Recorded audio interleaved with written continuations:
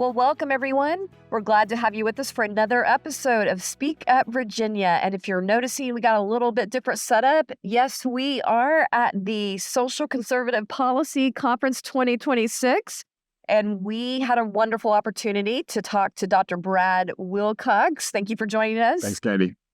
We are looking forward to hearing what he has to say. He just did an excellent session addressing how marriage is affecting our culture today and why it matters more than ever. And so we're just going to pick his brain a little bit. But before we do that, I want to just share with our audience a little bit about you, Dr. Wilcox.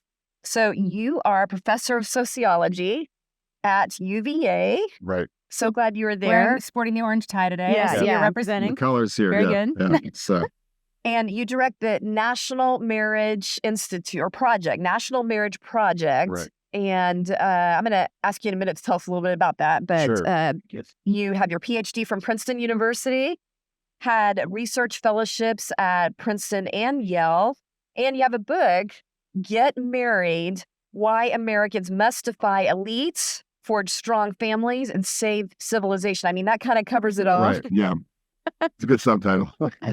And long story short, Dr. Wilcox has just, if you haven't heard of him yet, you will. He has done groundbreaking research that's been published in some of the top peer-reviewed journals in the nation. And anytime there's a discussion about marriage and family, a lot of times we're drawing on your research. Before we get into all that, though, tell us a little bit about how you grew up and how that influenced the career path that you're on now. Sure. So I was raised in a single mother household, in Connecticut. And, but then kind of, fast forward, went to school at UVA as a college student and was really kind of thinking in college about the relationship between marriage and fatherhood and child well-being, partly based upon my own experience growing up without a father, and really kind of drawing the conclusion that basically marriage is an institution that tends, not always, but tends to connect men to their kids. That was sort of my insight as a senior or fourth year at UVA. And that sort of insight led me then eventually to pursue a PhD in sociology at Princeton, and then to kind of come back to UVA and teach classes and do research that focused in large part on the importance of marriage and fathers for first like the welfare of kids, and then more recently thinking a lot more about how marriage affects the welfare of adults in the U.S. Because you saw it at a personal level, just what your mom needed to do. Sure. Just with the circumstances in your family. Right. And then were you also just even as a student just seeing this research just before you decided to study sociology? Or? So I was certainly kind of, as an undergraduate, was looking empirically at the link between fatherlessness and child outcomes, and sort of seeing research that kind of confirmed my intuition that kids who are being raised without a father are more likely to be stressed. Right.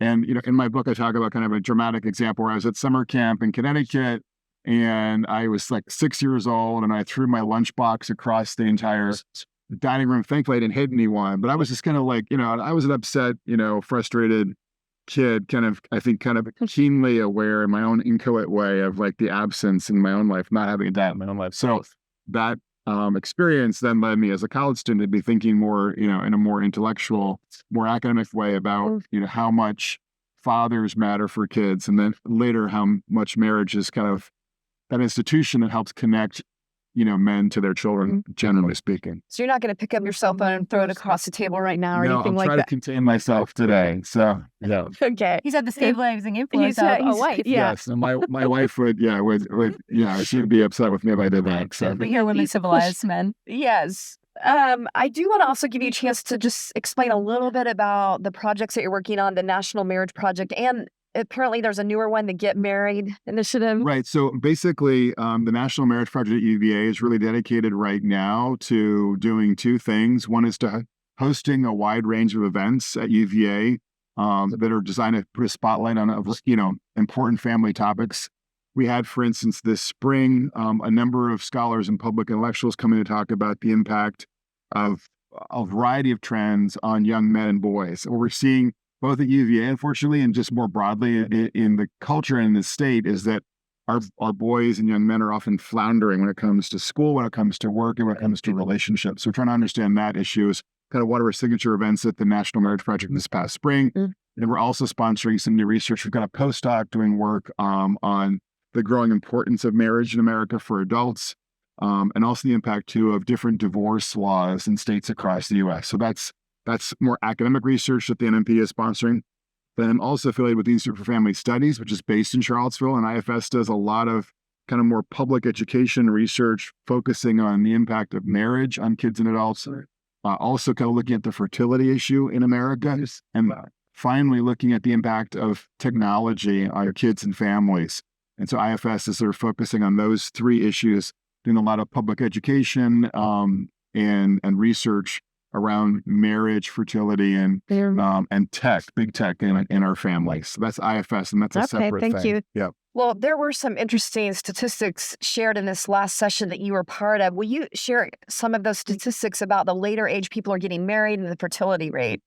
Yeah, so when you kind of look at America and the sort of the family story unfolding in America, what you see is some good news and some bad news. I think probably we're used in this space to the bad news. And the bad news is that for adults, certainly, I think, marriage is down about 60% since 1970. Fertility is hitting record lows, well below what's called the replacement rate of 2.1 babies per woman. We're now at 1.57 in America.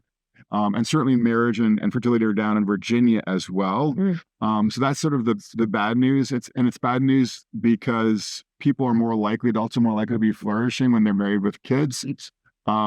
The good news is that, for kids today, partly because marriage is more selective for people who are college educated, who are more affluent, or who are more religious, that means we're actually seeing an increase in the share of kids who are being raised in stable married families, both in the country and in Virginia as well.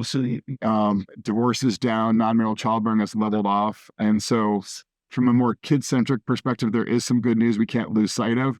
But my concern right now is that, a lot of our young adults are not finding a pathway to the altar, literally and metaphorically.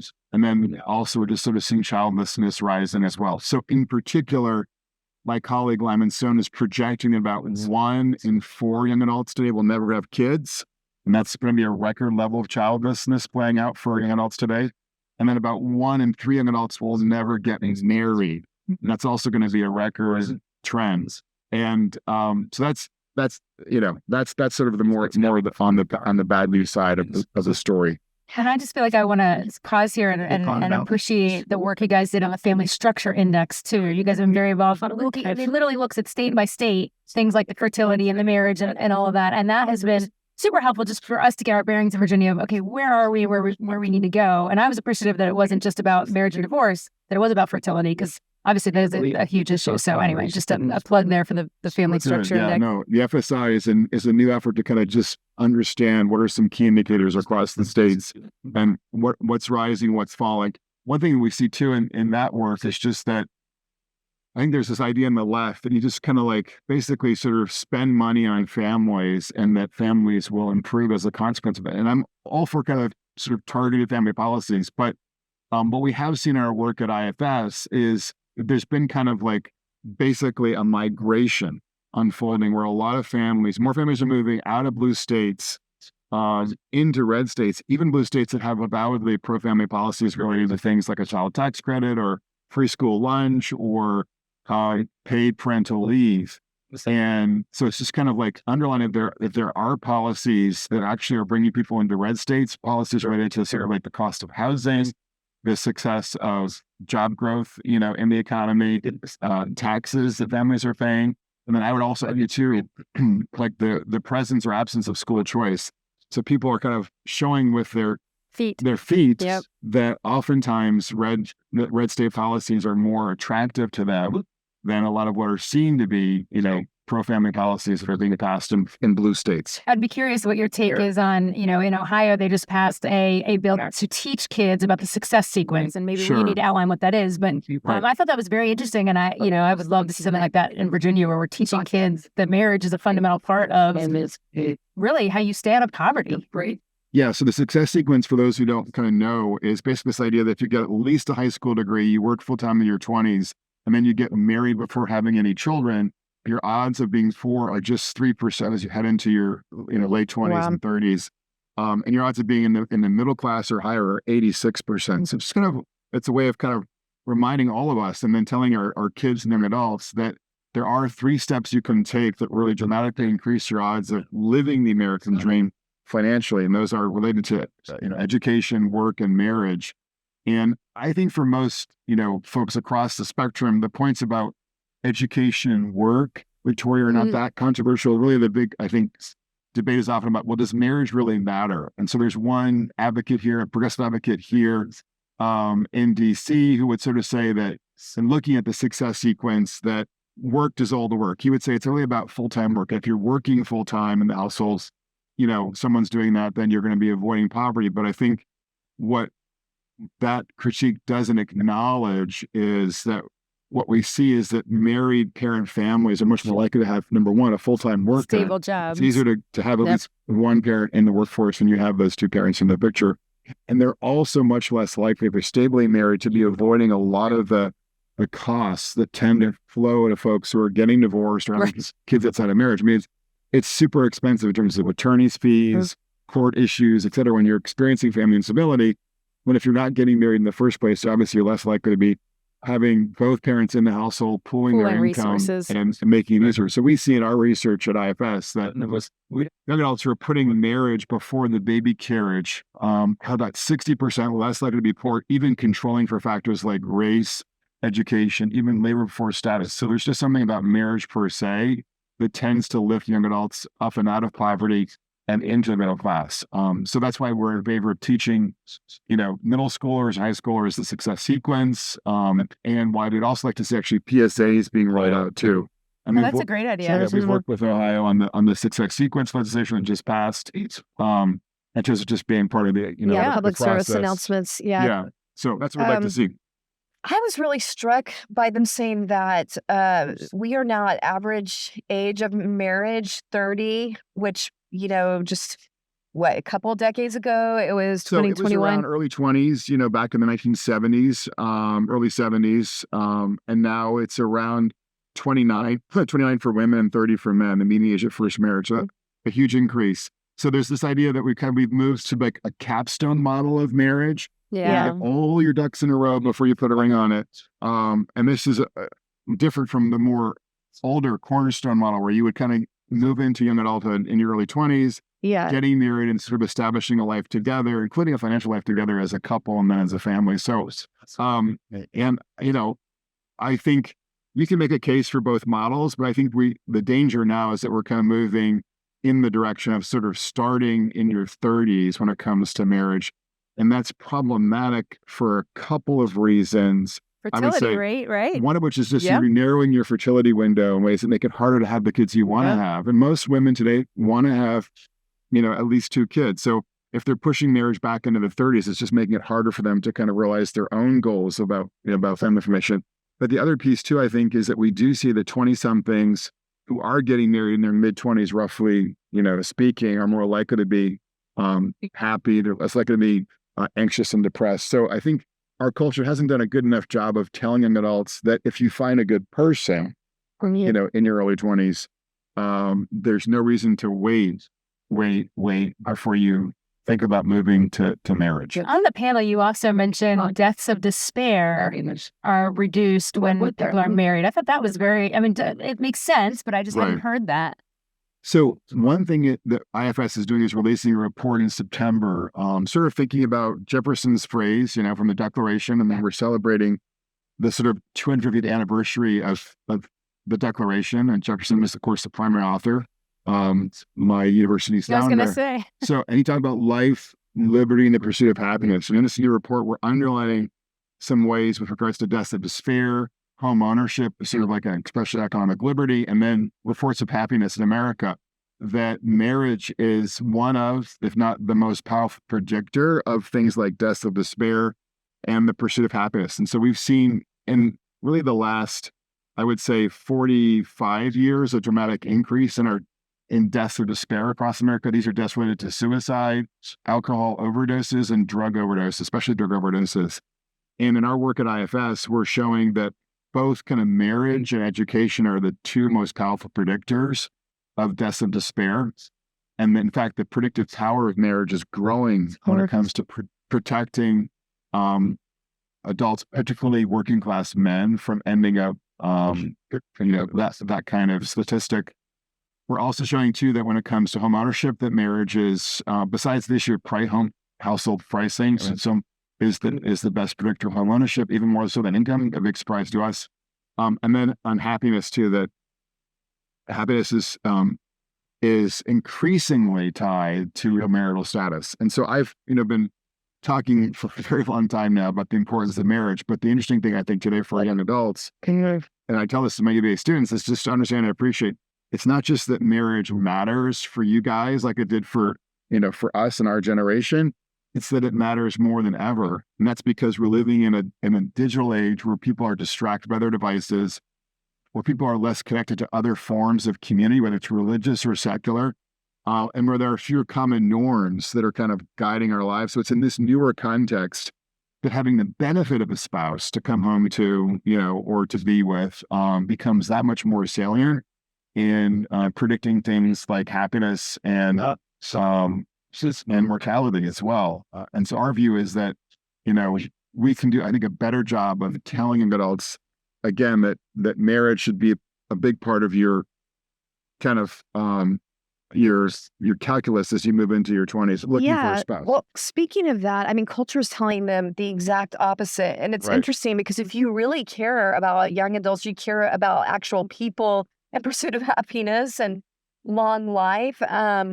If you really care about those things compassionately, based on the data alone, you would be encouraging them to get married and have children and build families. Right. But this hookup culture, Victoria and I talked recently on our podcast about these influencers like Alex Cooper, that and for so long pushing the opposite, but then Alex Cooper herself getting married. Right. And these the hypocrisy of kind of those influencers and the elites. Can you address that a little bit? Yeah. So if you look online there, and if you look obviously in the mainstream media, there have been a lot of folks for a long time who've kind of been discounting the importance of marriage or critiquing marriage in one way or another. Or I think in Alex Cooper's case, kind of promoting behaviors that are not conducive to forging a strong marriage. Yep. And so I pointed it out when I heard news that she was getting married and having kids. I'm delighted to hear that Alex Cooper is married with kids. So that's wonderful. But it's just, the point is that like her podcast has basically conveyed a lot of messages that are not helpful to young adults who are trying to figure out how best to forge a pathway into marriage successfully. They had, for instance, a T-shirt they were, I think, promoting on the podcast that said "Cheat on him." Wow, I didn't know about that one. Okay, But, and this is a very a casual approach to sex and relationships that we know empirically is not good for getting ready to get married. And I think a lot of our critics pushed back pretty hard against us when we made this point, but I think they thought we were like criticizing a woman for like doing a bunch of things in her 20s. The way they saw it is, we're taking the power back. Like, cheat on him, we're taking the power back. But But I think a lot of our critics, because we kind of basically stressed the fact that her podcast was not conveying helpful messages. They thought we were being kind of like judgmental or finger wagging. And also like, maybe we're kind of critiquing a woman who's doing these things. Yeah. The point is that like, look, I mean, Andrew Tate, has a message that's obviously pretty similar to, that's right. to Call Her Daddy's message version about, how you approach relationships. And our point simply is that, look, if you want to forge a strong and stable marriage, being much more prudent when it comes to dating and, not taking a casual approach to sex is just empirically much more likely to lead you to forging a strong and stable marriage. I mean, I was looking at one study just before we began talking today, and it basically shows that folks who had 9 or more partners are more than twice, both men and women. So it's not about calling out women or calling out men. It's just like saying for both sexes, following the Andrew Tate approach or the Alex Cooper approach, a much more casual approach is linked to a much higher risk of divorce. You're more than doubling your odds of divorce if you have 9 or more sexual partners prior to marriage. So that was kind of our point. It's just encouraging adults to, just be more intentional about dating with an eye towards marriage and not kind of just treating it like this very casual thing. And not treating the opposite sex too like an object or someone you're trying to like hoodwink or get something over. That's power game. The power game is what it really did seem like they speak about. Yeah. it is interesting that this generation, just observing it with young adults. It's on the one hand, it's that kind of culture. On the other hand, it's like they don't even seem to ask each other out on dates. So, and like the right. actual normal, what I would have thought was normal dating in my generation just doesn't look like that anymore. And so when I talk to young women at UVA, I'm getting kind of, who are more marriage minded, I'm getting like two different concerns articulated about young men. One is that there are kind of like the guys who are more like players, who have a much more casual approach to relationships, like an Andrew Tate or an Alex Cooper.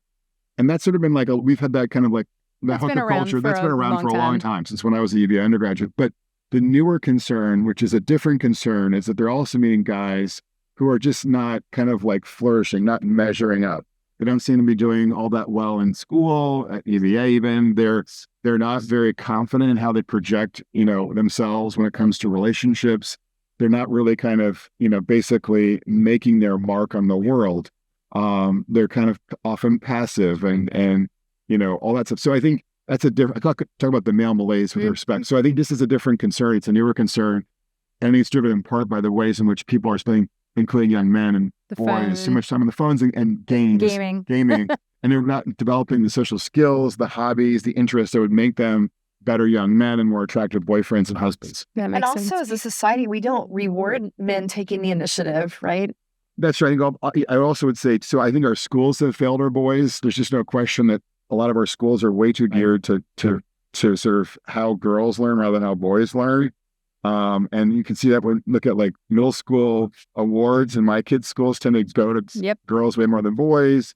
We know that the best performing students are overwhelmingly female. The worst performing students are overwhelmingly male in our high schools. This is all the work we need to do to help kind of lift up our boys and young men. And that's resulting in more girls going to college than boys. I mean, the colleges are getting off balance now. So, but it's also the case that I think we haven't given young men a kind of a clear and compelling model of masculinity that they can kind of identify with and can inspire them to really, perform better in the educational and in the professional worlds as they move into their teens and 20s. Well, being a college professor, you get to interact with young people a lot. And we actually had our interns spend some time with you as part of what they did during their time with us. And how do you encourage the young people on both sides of this? So how do you encourage the men and also the women that are frustrated that the guys aren't asking me out, they aren't taking initiative? What kind of advice do you give them? Yeah, so I think the advice that I give both sexes is just to be more intentional about kind of dating with an eye towards marriage, and dating more seriously and not casually. And that's a message that both the women and men at UVA need to hear and can hear, if you kind of frame it in the right way. I think too, helping the young women understand as well that they've been kind of getting this message oftentimes that the most important thing is, a career and higher education. And I think those things are important, but also recognizing that when it comes to their flourishing, a lot of the messaging in the mainstream media and in the academy and even for parents, and certainly on social media, has been basically saying to young women that, look, marriage and motherhood are a pathway to misery. And yet the data tell us a very different story. Yeah, they make it sound like prison. Right. That women actually, who are in their, prime of life, basically who are married moms, tend to be the happiest women.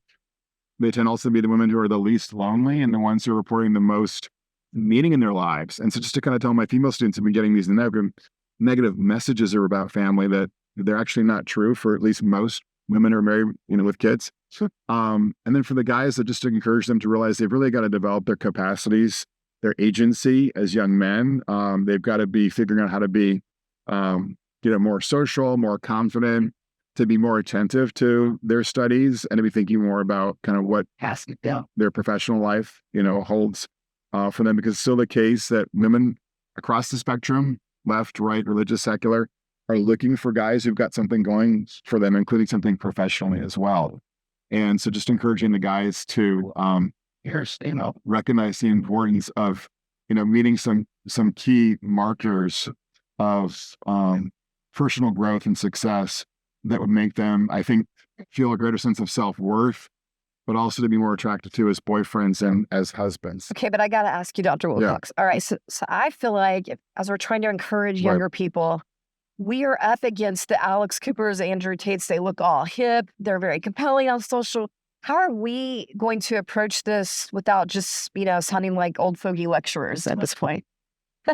Well, I think part of the challenge is to sort of understand and appreciate that, as you're running your own nonprofit, you have to have younger voices in the mix, so who are speaking, to their peers. I think that's part of the answer to your question. And then also to kind of help young adults understand too, that there are, from IFS's perspective and from my perspective as a scholar, that there's some very clear research out there that contradicts a lot of the conventional wisdom.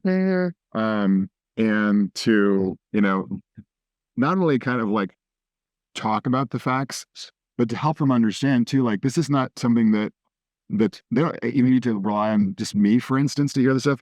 They can go on their phone and get on, Claude or ChatGPT and ask now these AI agents to run some numbers for them. So I can talk till I'm blue in the face about like the value of marriage. Okay. But what's interesting about AI is it allows us to sort of basically tell students, look, you don't have to listen to Victoria or Brad about like the value of marriage. You can just have the AI agent get onto what's called the General Social Survey, the GSS. It's a major social barometer that does a great job of looking at things like happiness and marriage and things like that, and ask the AI agent to just run the numbers for 20-somethings or 30-somethings and to report back to them. So I'm just saying that one new opportunity that we have today is that we can kind of empower young adults to use these new technologies to understand and appreciate how much the data point in a more family-friendly direction. It's excellent.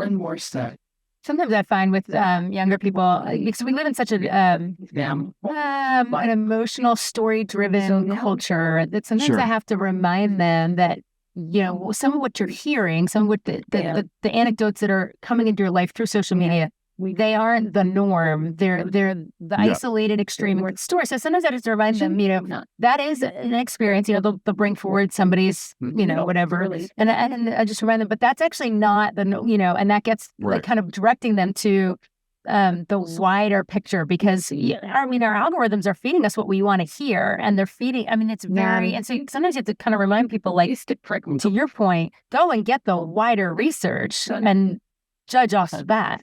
Yeah, I think it's also the case too. I think, young adults, kids are being raised in families, and every family has its struggles and, challenges and failures and whatnot. So I think sometimes like young adults can look at like, oh, my parents' marriage was in this way difficult or challenging, or we had these difficulties.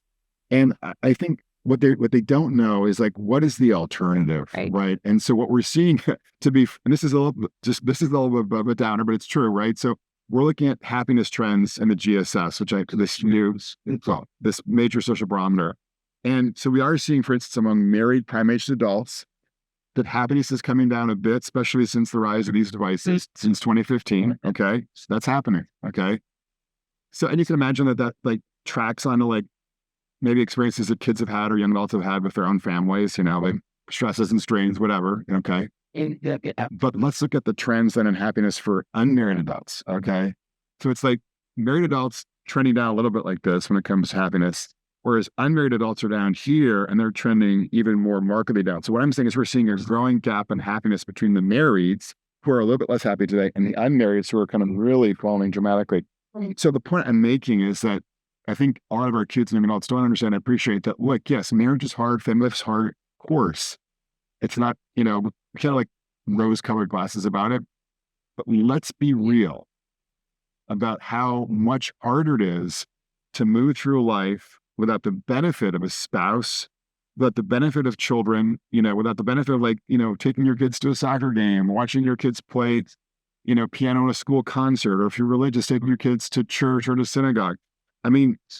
Yes, family's hard, but it provides typically so much more meaning and value and happiness than going through life without making the effort to get married and have a family of your own. And so I think that's part of the challenge too, is helping our kids understand that Yeah, mom and dad weren't perfect. They had their struggles, but it's worth making the effort, risking, love. And in fact, it's probably worth it even more than ever today. It's so interesting. I was thinking about this, I guess, again, to your point, everybody's looking at it through their own lens, their own filter, their own experiences. Right. And it reminded me of you'll remember this back in 2007 and 2008, when we started trying to challenge no-fault divorce in Virginia, trying to challenge sort of that our marriages were easier to break apart than our cell phone contracts. I mean, it was, right. and the real battle we had was that every legislator was either divorced, had a sibling that was divorced, everybody had a story. So the facts were sort of irrelevant because they were all listening to the legislation by way of my experience with marriage or someone I know's experience with divorce. And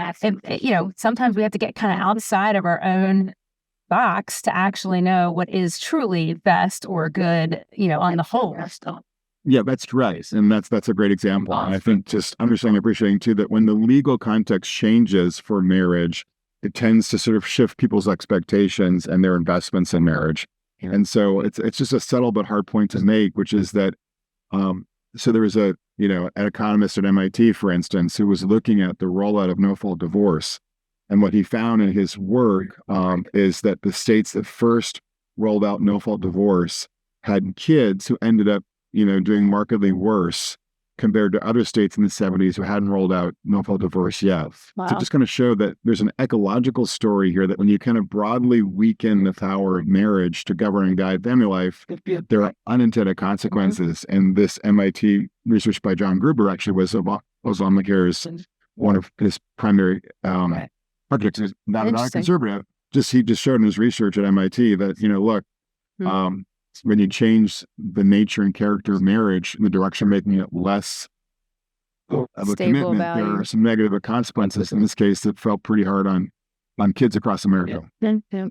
Well, just to wrap up here. Yes. How would you summarize most powerfully to people listening, why is it that marriage matters more than ever before? Because I know that was something you were driving home in the session that we listened to today. Could you speak to that?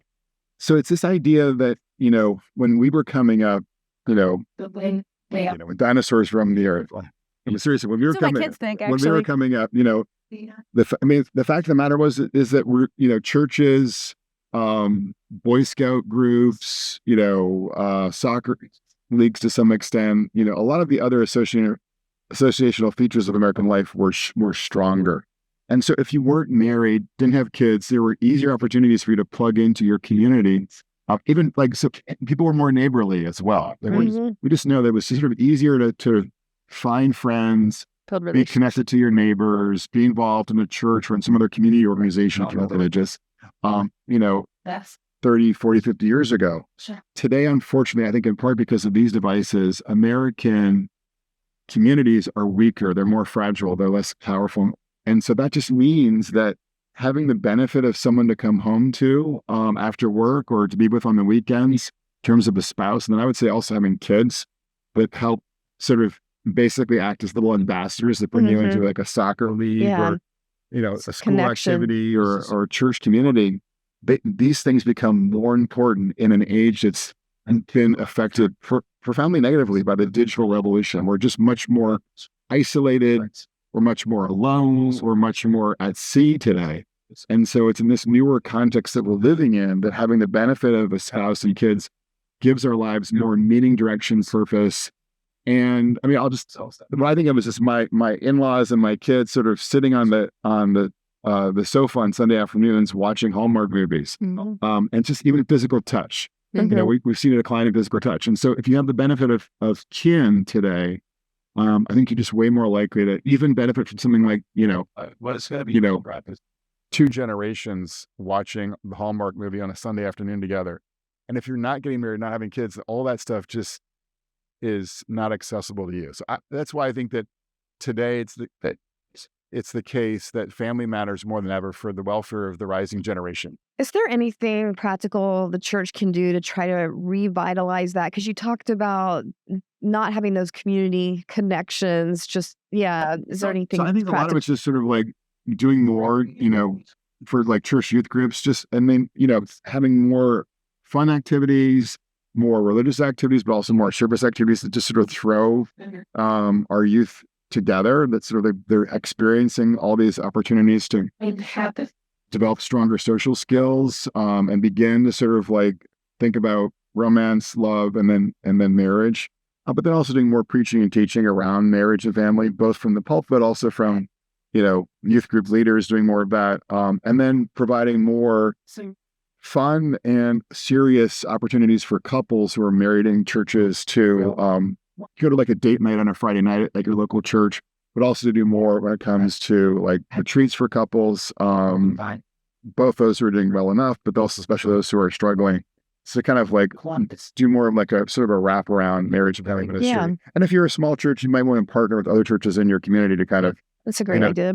Maybe one church really kind of lead out on the youth group, and the other church will kind of lead out on maybe like date nights, and the other church will lead out on, like intensive couple retreat weekends for couples who are struggling. That's great. To kind of do a better job of providing a family-friendly ecology for both youth and married folks would be my recommendation for churches. It's almost like we need ministries now just to help bring connection where people are isolated like that. Right. And also, we all of us have single friends too, and recognizing that one implication of my comments is that I think it's harder to be a single person in America today. So the church needs to do a better job of encouraging, us, married folks to be incorporating our single friends at church into the fabric of our lives on a more kind of regular basis too. Well, Dr. Wilcox, where can people access some of your information if they would like to share? Sure. So at UVA, the National Marriage Project has a website. It's easy to find on Google. And then ifstudies.org is the Institute for Family Studies. And I'm on Twitter or X at Brad Wilcox IFS, and easy to find on X now. And how about a little last plug for your book? And my book is Get Married Easily, purchased on Amazon. And I like it addresses saving civilization. So so underlines that. So I mean, I do a lot of work to kind of help people understand that there is there's a kind of utilitarian reason for getting married in terms of being less lonely, more happy. But there's also kind of a more societal, kind of civilizational point to make, which is that what we see across not just this nation, but many nations, is that when the family flourishes, the broader society is flourishing. So as the family goes, so goes the nation, or so goes the civilization, is the way to think about it. All right. Well, thanks everyone for joining us. Thank you again, Dr. Wilcox, for that excellent information. I know that's for a lot of audience, that will be something they aren't hearing anywhere else. So thank you for taking the time. And remember, it's very powerful if you can share this podcast with others. Remember, we are stronger when we speak together. We'll see you next time.